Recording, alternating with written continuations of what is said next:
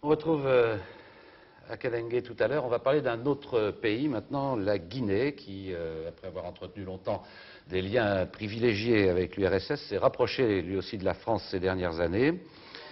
Et Sékou Touré, lui aussi, avait été reçu à Paris, vous en souvenez peut-être. Il était considéré comme un grand leader progressiste en Afrique, Ahmed Sékou Touré. Et il aimait bien se laisser filmer dans sa capitale en petit père du peuple guinéen.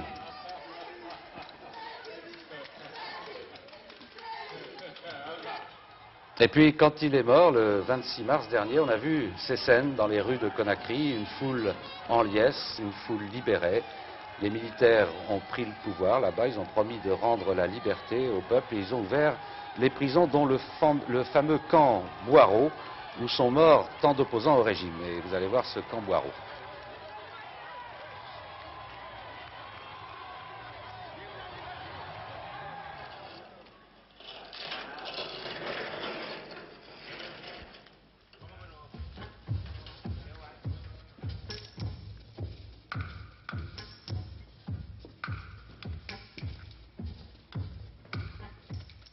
Lorsqu'on vous fait entrer à la 49, on ferme la porte, on met les cadenas.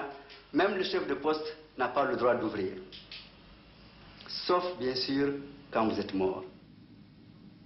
Pas de nourriture, pas d'eau. Même l'air que vous respirez, si on avait les moyens, on l'aurait supprimé pour que vous mouriez beaucoup plus lentement et beaucoup plus sûrement encore. Alors avec cette corde, vous étiez... Quand vous êtes attaché comme ça, alors on vous pend avec cette corde. Vous êtes attaché et pendu. Les pieds ne touchent pas terre. De sorte que, à la moindre décharge électrique, alors vous voyez ce que ça peut faire comme secousse. N'est-ce pas? À chaque fois qu'on tournait la gégène, vous étiez là en train de vous balader à l'air comme un pantin. Attaché à cette corde, évidemment, qui était plus solide à l'origine. C'est là que se trouvait la gégène qu'on tournait, ici. Ici, on le branchait au sein, aux oreilles et finalement au sexe. Même les femmes, même aux femmes, on le branchait au sexe.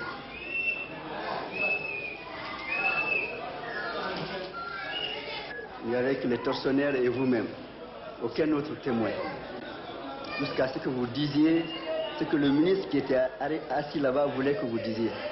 C'est pour cela qu'on a dit qu'il faut dire la vérité du ministre. Nous avions des planches. Chacun avait une portion de jardin à arroser chaque matin.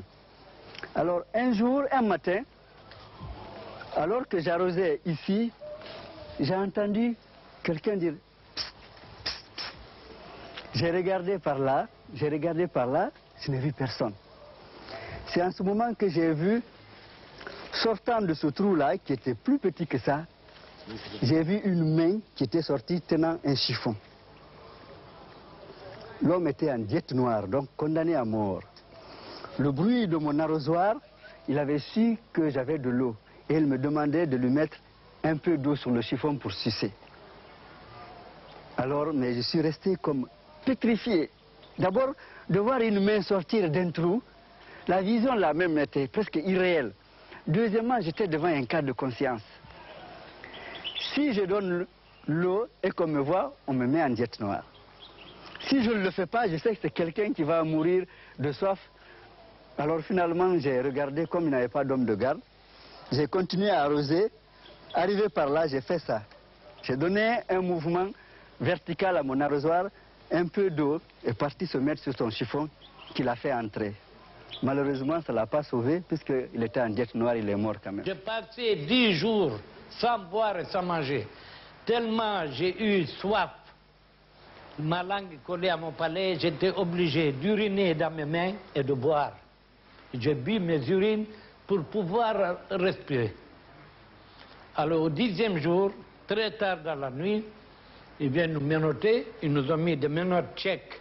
À chaque fois que bougeait la main, ça rentrait dans la main, ils nous amènent à l'interrogatoire. On m'a branché le courant là.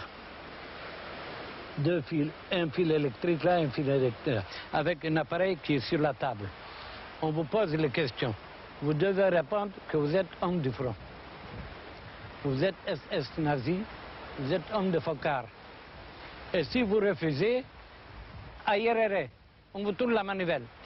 Alors du coup, je dis, moi, je ne connais pas qui c'est Focard. C'est vous qui êtes Focard ou c'est qui?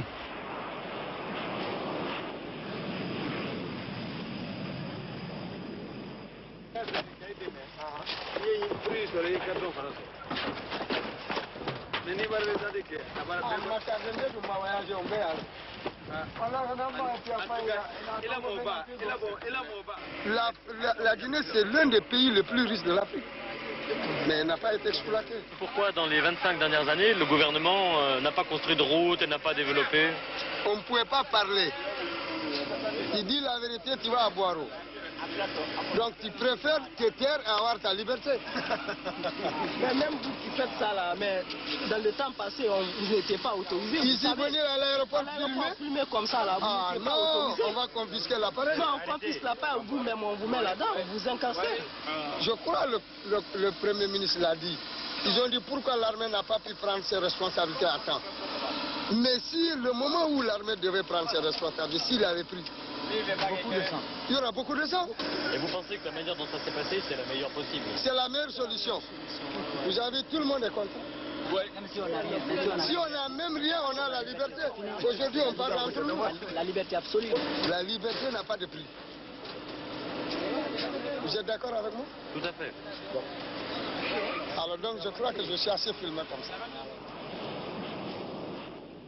Voilà, c'était un reportage de René Bachmann et David Carbone. Et pendant ce reportage, Monsieur Gomez, que vous avez vu dans ce film, est venu nous rejoindre. Monsieur Gomez